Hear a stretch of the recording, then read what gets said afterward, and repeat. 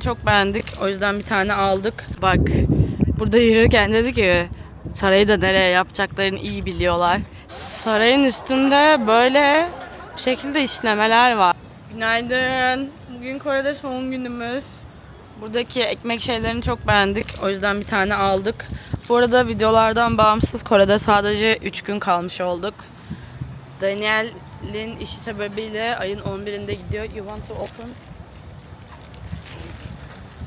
11'inde gidiyor.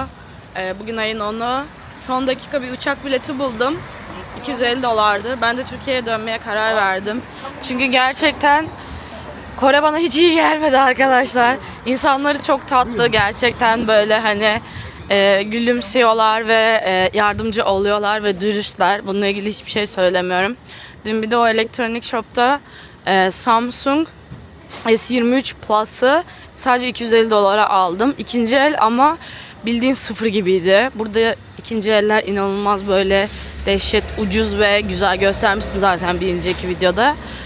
Şimdi Türkiye'ye dönüp biraz motivasyon toplayıp aynı şekilde yola devam edeceğim. Vazgeçiş değil, yoldan çıkış değil, bitiş değil, son değil. Belki Türkiye'de de devam ederim videolara. Çünkü Türkiye'de de çok ilginç hikayelerim oluyor. Eğer beni izlemeyi ve takip etmeyi seviyorsanız. Sadece Kore ile ilgili hissettiğim şeyi söylemek istiyorum. Bu gerçekten genel fikrim bu arada. Bunlar CCTV ile izlendiği ve her yerde dinlendikleri için biraz böyle anksiyetik olmuşlar. Why we crossing? Biraz anksiyetik olmuşlar. Yani burada birinden bir iyilik istediğin zaman sana yardımcı olmuyorlar. Çünkü hükümet bütün hesaplarını, pasaport numaralarını, her şeyini seni takip ediyor. Aynı Türkiye'deki gibi. Güney Kore biraz daha özgür görünüyor olabilir ama bence o kadar özgür değil, bunu söyleyeyim. Fotoğraf çekerken aldığınız Güney Kore telefonlarında ses çıkması muhabbeti gerçek bu arada. Aldığım telefonun kamera sesi kapanmıyor. Ama Güney Kore'den çıktığın zaman kapanıyormuş. Bir de Türkiye'de hallettiririm ben onu. Yani bunları cebinden çıkartırlar 40 kere. Güneydoğu Asya'ya göre Kore insanları çok çok daha akıllı. Zaten dünyanın en gelişmiş ülkelerinin olmasını anlayabilirsiniz. Ama Singapur'a göre de suratsız değiller. Hani iyimserler, tatlılar, öyle diyeyim. Şu ana kadar gözlemlerim bu şekilde. Şimdi bugün alışveriş yapacağım. Çünkü artık dönme vakti ve ailem için bir şeyler almak istiyorum. Onlar için bir şeyler yapmak istiyorum. Hem size etrafı gösteririm, hem fiyatları gösteririm. Hem de alışveriş yaparız diye düşündüm bugün. Ve böylece artık Asya turu videosunu kapatırız. Hayalimde Orta Asya vardı ama biraz Türkiye'de gerçekten dinlenmeye ihtiyacım var. Ve dinlendikten sonra tekrar gidebilirim Orta Asya'ya yani. Bir işim yok, bir düzenim yok. Böyle kimse beni zorlamıyor zaten hiçbir şeye. O yüzden keyfim çok yerinde eve döneceğimi bildiğim için. Güney Kore gerçekten Türkiye'ye aşırı benziyor bu arada. Gerçekten aşırı benziyor. Can I taste? Aldığımız ekmeği deneyeceğiz şimdi. How about here? No? Gölge yer arıyoruz oturmak için. Buraya bulduk. Metronun girişi. Oy, hadi ekmeğimizi yiyelim. Zeytinli ekmek aldık bu arada. Ama tadı gerçekten çok farklı Türkiye'dekilere göre ve keyifli. Can you open?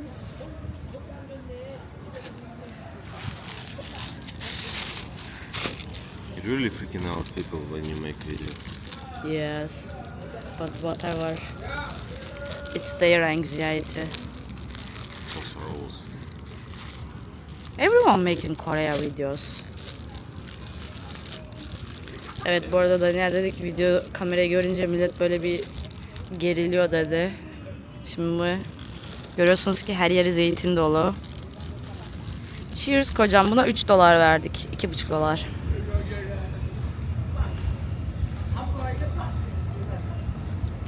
Zeytini o kadar özlemişim ki ya. I miss so much olive.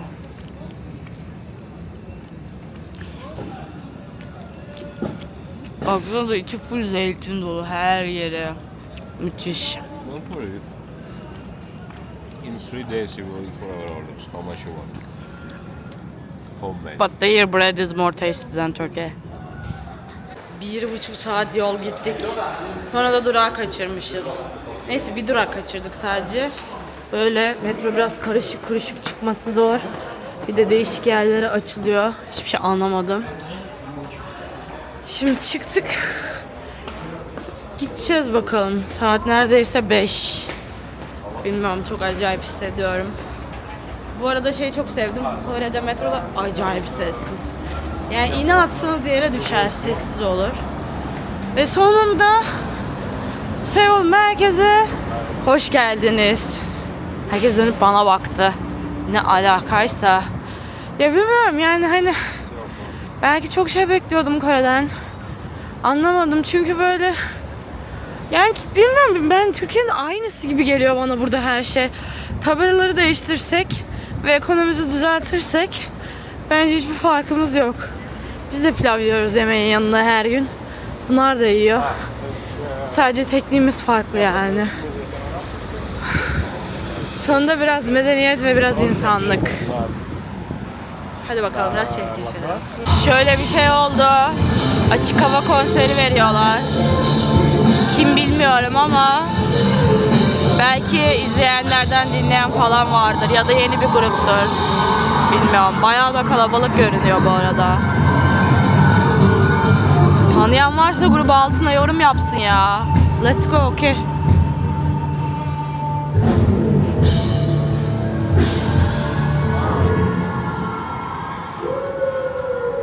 Şimdi gideceğimiz yeri tespit etmeye çalışıyoruz. Metroda durağımızı kaçırdığımız için.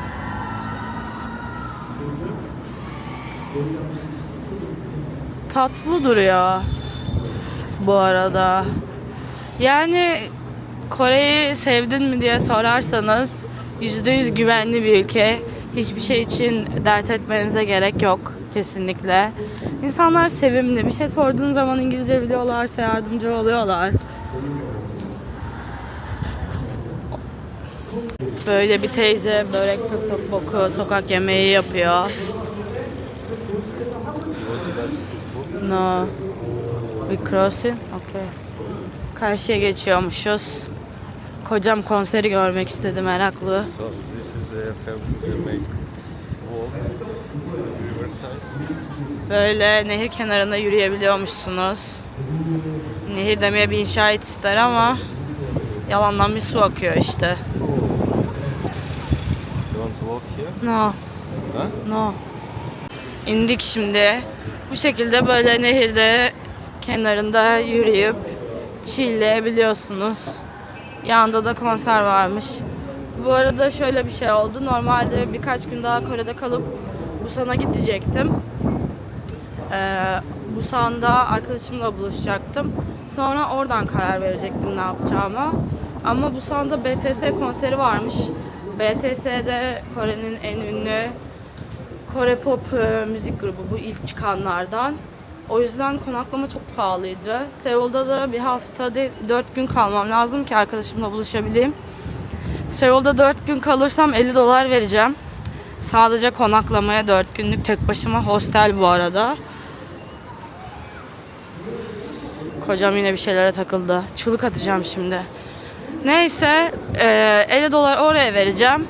Ve Seul'u sevmedim yani. Bana geride bıraktığım bütün hayatımı hatırlattı. Neden işten çıktığımı, neden Güneydoğu Asya'ya geldiğimi, neden bu hayata devam etmek istemediğimi kendimi hiç iyi hissetmiyorum burada. Çünkü ben zaten bu sistemsel şeyleri beğenmedim. Güneydoğu'da insanların o özgürlüğünü sevdiğim için bu yola çıkmıştım. Ve her şeyin düzenli olması benim midemi bulandırıyor. Yani ben zaten bu kadar kurumsal bir hayatı sevmediğim, tercih etmedim. Onun için mücadele vermediğim için bu yola çıkmıştım. Ve şu an Kore'de böyle turistleri görmek, insanları görmek bana bütün bunları hatırlattığı için kendimi hiç iyi hissetmiyorum. Kore'de daha fazla kalmayacağım. Ben de yarın Daniel'le gidiyorum. Ve küçük bir fiyat performansla yarın hemen bugün aldım uçak biletimi. Bildiğin Türkiye'ye $250 uçak bileti aldım. O yüzden Türkiye'ye dönmeye karar verdim. Videolar devam edecek mi bilmiyorum. Belki Türkiye'den de video çekerim ama şu an çok emin değilim. Çünkü burada kalırsam rahat bir $250-300 olacağım. Burada kalmazsam başka bir yere gideceğim. Zaten uçak bileti $150 artı işte Endonezya'ya gidersem bir Yine bir 50 dolar falan gidecek. Sadece vize için, uzun kalmak için. Daniel bir ay sonra gelecek. Onun dışında bilmem, başka bir numarası yok. Zaten her yeri gördüm. Moğolistan'a gitmek istemiştim ama orada da uçak biletleri Moğolistan 300 dolardı. Hoşuma gitmedi. Böyle insanlar derenin kenarında ayaklarını uzatıyor işte. Aynısı Giresun'da da var. Bu kadar büyütmeye gerek yok yani bazı ülkelere.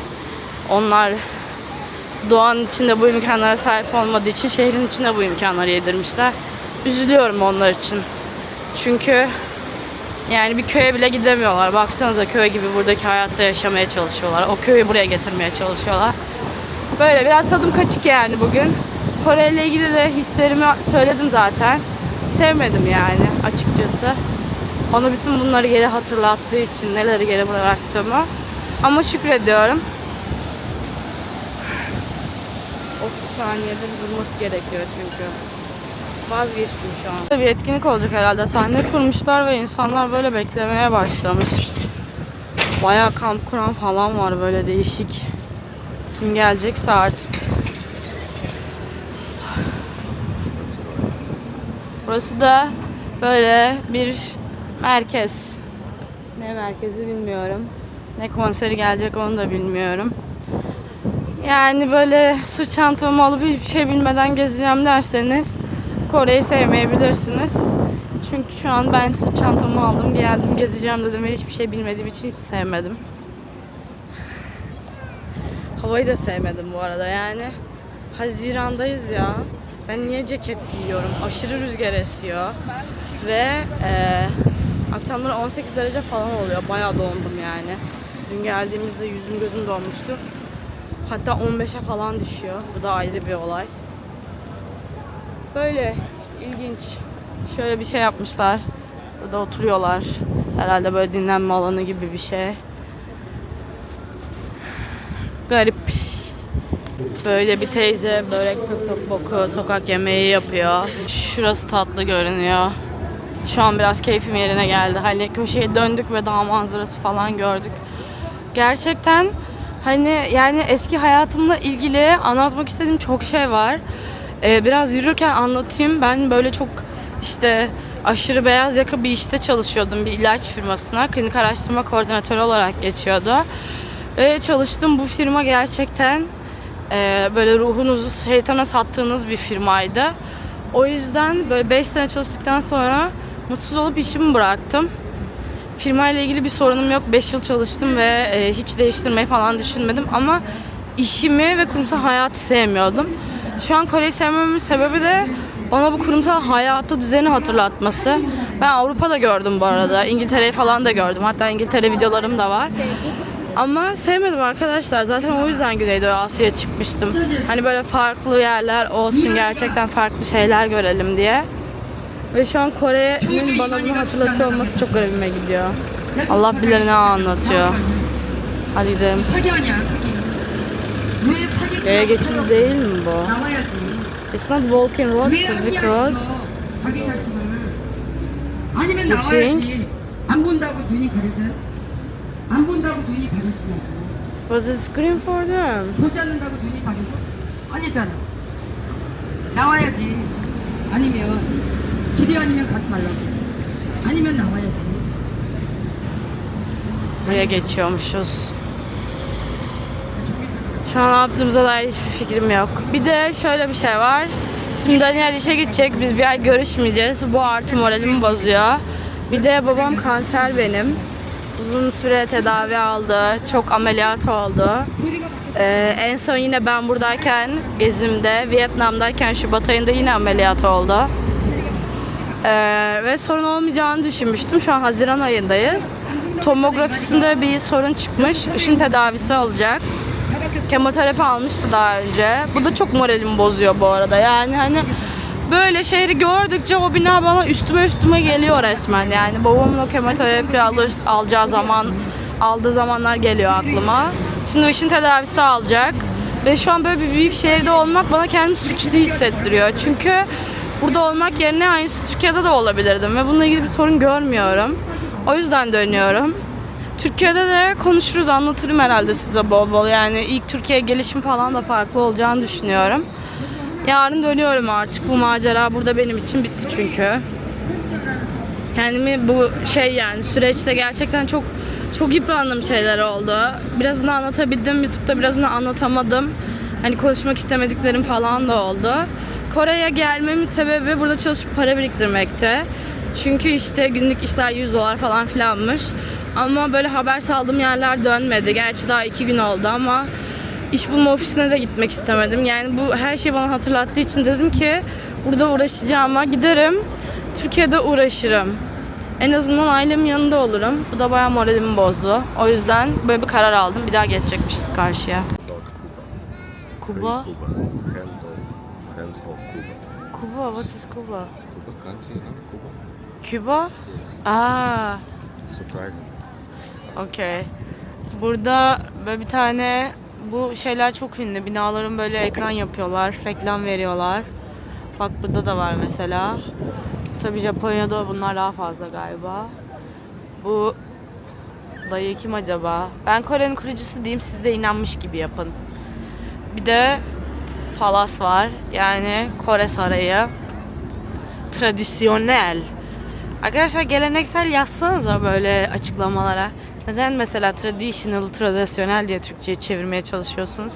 Tamam, bazen ben de bazı şeylerin Türkçesini unutuyorum. Buna bir lafım yok ama hani uğraşmıyorum hani bunu Türkçe'ye yedirmeye çalışmaya. Ben direkt diyorum ki bunu unuttum. Buy this? I was thinking yes, let's buy. How much? Korea is perfect country to buy this, I think. We can ask. Şu tur otobüsüne binmeye karar verdik galiba, ucuzsa. It's totally fine. One day to walk. Yes. Hadi soralım bakalım. Tam gittik. Fiyatı da uygunmuş. 27 wonmuş. Binecektik. Bitti dedi. Kapattı kapıyı, gitti. Ama içeride insanlar vardı. Herhalde son rotaya gidiyor. Bilmiyoruz. Anlamadık. Ama bence Kore'de yaşadığınız az gününüz varsa bir gün böyle bir şey yapmak güzel. Çünkü burada herkes kurallara uyduğu için böyle dev bir trafik yok ve güzel yani. Açık havada böyle etrafı yürümek istemiyorsanız, çünkü bayağı büyük Seul bu arada. Hiç zahmete girmeden direkt fiti etrafı şöyle bir görürsünüz. Şimdi Palas'a doğru gidiyoruz. Hadi bakalım. Bak burada yürürken dedi ki sarayı da nereye yapacaklarını iyi biliyorlar. Elleri de arkada bağlamış. Türk usulü kesin hesap yapıyor. What is... Here you can rent a costume. Okay. National dresses, everything. Okay. So I think here you can rent it. Okay. And after go make photos with you. Okay, I will check the price.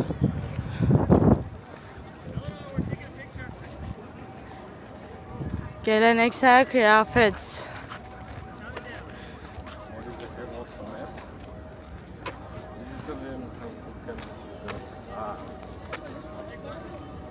Okay, it's ticket.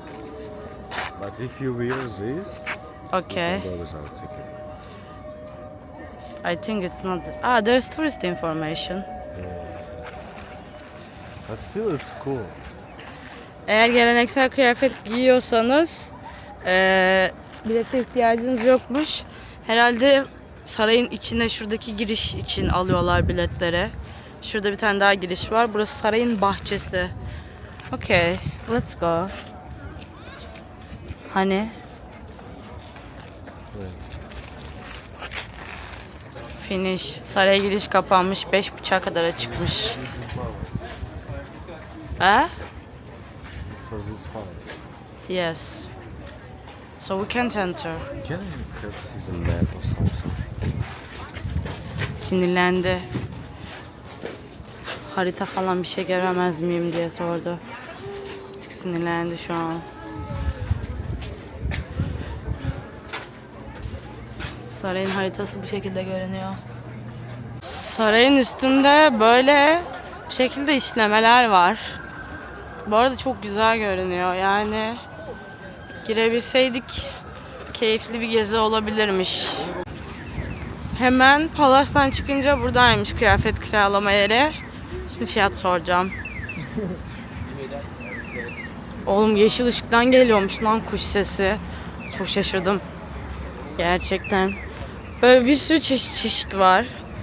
Şemsiye satıyorlar büyük ihtimalle.